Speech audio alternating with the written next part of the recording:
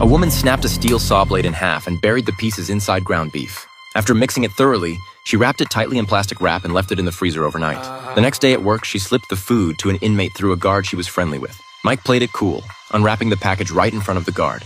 Seeing nothing but ground beef inside, the guard walked away satisfied. Once Mike was sure no one in the cell block was watching, he quickly thawed the frozen meat with water, pulled out the hidden saw blade, and began preparing for his escape. Next, he tore toilet paper into long strips, broke apart an entire box of matches, wrapped them tightly in the paper, and stuffed the bundle into an instant noodle bag. Then Mike showed up in the common area and signaled to his partner on another floor. As they passed each other on the stairs, the handoff went smoothly. While everyone was gathered downstairs for activities, the accomplice quietly started a fire in the cell next to Mike's. Shortly after he left, the flames spread fast. The alarm blared, and guards rushed in to put out the fire, but the room was already blackened with smoke and would need a fresh coat of paint. This was exactly the key step Mike had planned. He then handed the saw blade fragments to John, who got to work making their escape tools. With practiced hands, John wrapped cloth strips around both ends of the blade, secured them, and snapped it in half down the middle. Then he pulled out a nail clipper, used a rubber band to fasten one end of the blade tightly, and wrapped the whole thing in thick layers of cloth. Within minutes, 2 handy tools were ready. John secretly passed one of the tools to Mike. During the day, while other inmates were out for activities, the two split up the work. One pretended to paint the wall while keeping watch, and the other hid inside, sawing through the ventilation grate. Mike had even figured out ahead of time how to collect the metal shavings. He lined up a row of small magnets, wrapped them in brown paper, and placed them on the floor. Every bit of falling debris stuck to the magnets and was later flushed down the toilet without a trace. On top of that, they soundproofed the bed legs to avoid any noise when moving the frame.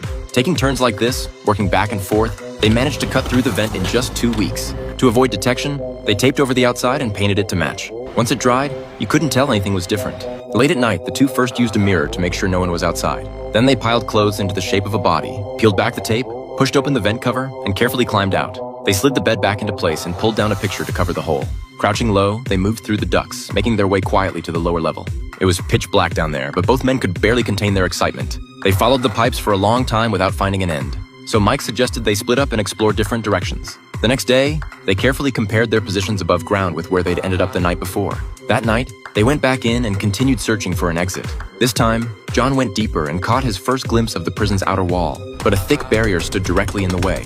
He reported back to Mike and said they'd need a sledgehammer to break through. Mike told him there was a backup tool chest below the pipes, and inside was exactly the hammer he needed.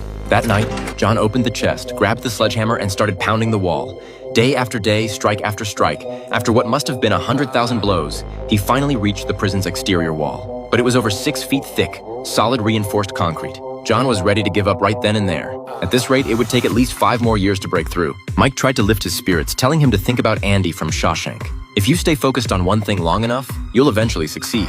But reality wasn't so forgiving. After 3 months of relentless hammering, John's hands were covered in blisters, and all he had to show for it was a small hole. The turning point came late one night. While resting, John stared at the heating pipe in front of him, and suddenly it hit him.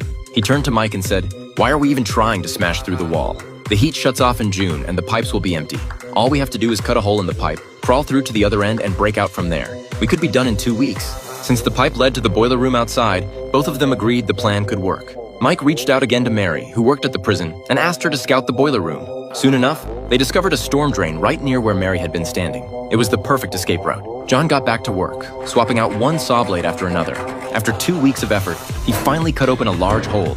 Thrilled, he strapped on arm protection and crawled in without hesitation. The pipe seemed to stretch on forever, but it carried the promise of freedom. He pushed forward with everything he had, but after just 3 minutes, he started struggling to breathe.